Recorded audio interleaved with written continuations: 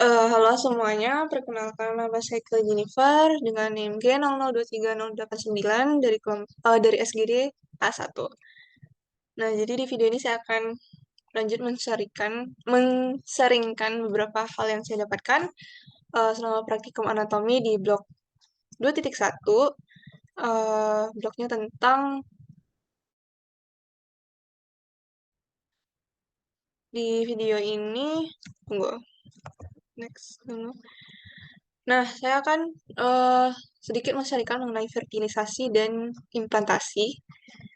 Jadi, selama kita hidup, pasti kita pernah lihat beberapa kasus yang berkaitan dengan hal ini gitu. Contohnya seperti eh, bayi anggur, lalu keguguran, dan lain sebagainya gitu.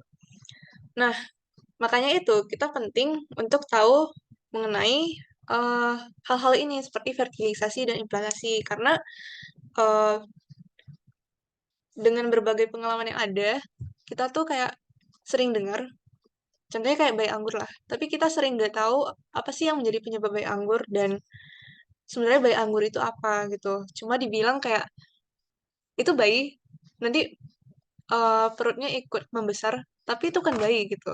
Jadi kayak bayi palsu.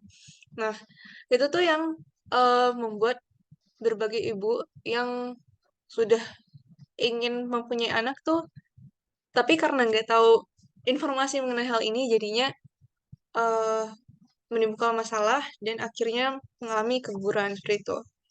Jadi di video ini saya akan menjelaskan, menshare sedikit mengenai fertilisasi dan implantasi.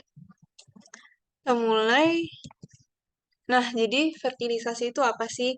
Nah, fertilisasi itu intinya adalah proses ketika sperma yang sudah diejakulasikan oleh pria ketika proses seksual itu bergabung dengan sel ovum yang sudah mengalami ovulasi.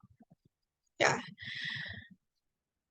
jadi fertilisasi itu prosesnya cukup panjang sampai akhirnya dia bisa mengalami implantasi. Untuk implantasi nanti saya akan jelaskan di beberapa slide ke depan. Jadi kita mulai di fertilisasi dulu. Oke, tunggu. Oke, jadi kita lihat gambar yang ini dulu. eh Sperma yang masuk ke vagina itu kan nanti istilahnya akan berenang menuju tuba uterina dan akhirnya bertemu dengan ovum gitu kan. Nah, ketika sudah bertemu, sperma akan masuk ke ovum. Kumpulan sperma itu akan masuk ke ovum untuk mengalami fertilisasi. Nah, prosesnya gimana? Jadi, kumpulan sperma itu akan mendekati ovum. Dan ketika mendekati ovum, beberapa sperma, bukan beberapa sperma sih, sperma yang sudah berada di tuba uterina selama beberapa jam yang cukup panjang itu akan mengalami kapasitasi. Apa itu kapasitasi? Kapasitasi itu intinya spermanya itu di-upgrade. Upgrade biar eh, lebih kuat dan bisa masuk ke ovum gitu. Itu kalau nggak salah sekitar 10% dari seluruh sperma yang ada, yang siap masuk ke ovum gitu. Nah, setelah mengalami kapasitasi, sperma tuh saling berebut untuk masuk ke ovum. Nah, tunggu. Oke, nanti ketika kumpulan sperma itu saling berebut, ada salah satu dari kumpulan sperma itu yang menempel di korona radiatanya ovum. Nih, yang bulat-bulat ini. Di korona radiata tuh mengelilingi dari sel ovum. Nah, di korona radiata itu ada reseptor. Reseptornya itu namanya ZP3. ZP3. Nah, intinya nanti kepala sperma akan menempel di reseptor ZP3. Terus, akrosom yang ada di kepala sperma itu akan mengalami fusi. Gitu. Fusinya itu selain sama ZP3 nanti sama zona pellucida. Tunggu di sini. Ini kan awalnya ada cross. Terus ketika sudah nempel di reseptor ZP3, nanti akan mengalami fusi juga dengan zona pellucida yang ini. Ketika fusi nanti intinya bakal keluar isinya, enzimnya. Terus eh kalau di gambar ini kan kelihatan zona pellucidanya itu kayak hancur gitu kan. Bersamaan dengan si akrosomnya di sperma. Nanti mereka hancur, itu tuh dalam proses eksositosis gitu. Nah, setelah mengalami fusi, nanti eh, ekor spermanya itu bakal tinggal di membran. Terus nanti kepala sperma yang terisi dengan nukleus itu bakal masuk ke dalam ovum.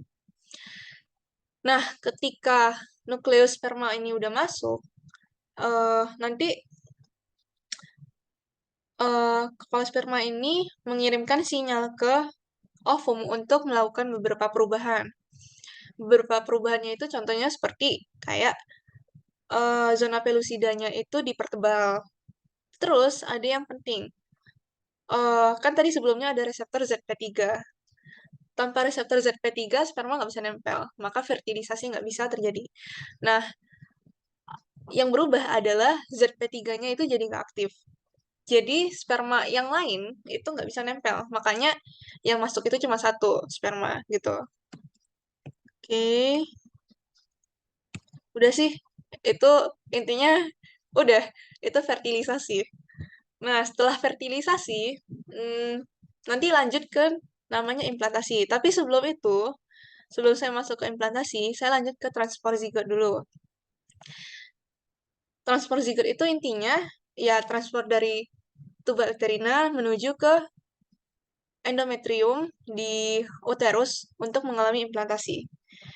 Jadi setelah ovum mengalami fertilisasi dengan sperma, uh, ovum ini akan mengalami beberapa perubahan. Jadi akan membelah atau namanya cleavage yang akhirnya akan menjadi blastokista. Jadi di sini kalau bisa lihat ini kan ada nukleusnya ovum sama nukleusnya sperma.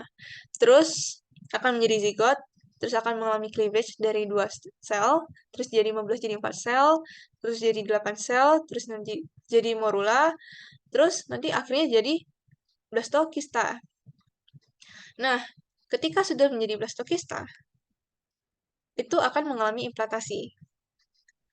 Oke, sama saya mau kasih tahu, eh ovum yang sudah mengalami fertilisasi, terus kan berjalan nih menuju uterus, itu tuh nggak cuma 1 hari, hampir 1 minggu. Jadi nanti eh ketika blastokistanya ini mau mengalami implantasi itu di hari ke-8 setelah fertilisasi. Ini gitu. Oke, kita lanjut ke implantasi. Implantasi itu apa sih? Implantasi itu disebut juga sebagai nidasi. Jadi intinya tuh tertanamnya sel telur yang sudah mengalami fertilisasi dan sudah mengalami cleavage atau pembelahan dan sudah menjadi blastokista. Kan sudah mengalami pembelahan yang akhirnya menjadi blastokista. Nah, blastokista ini nanti bakal nempel di endometrium. Itu. Nah, itu tuh namanya implantasi. Jadi, eh, ketika blastokista ini mau masuk atau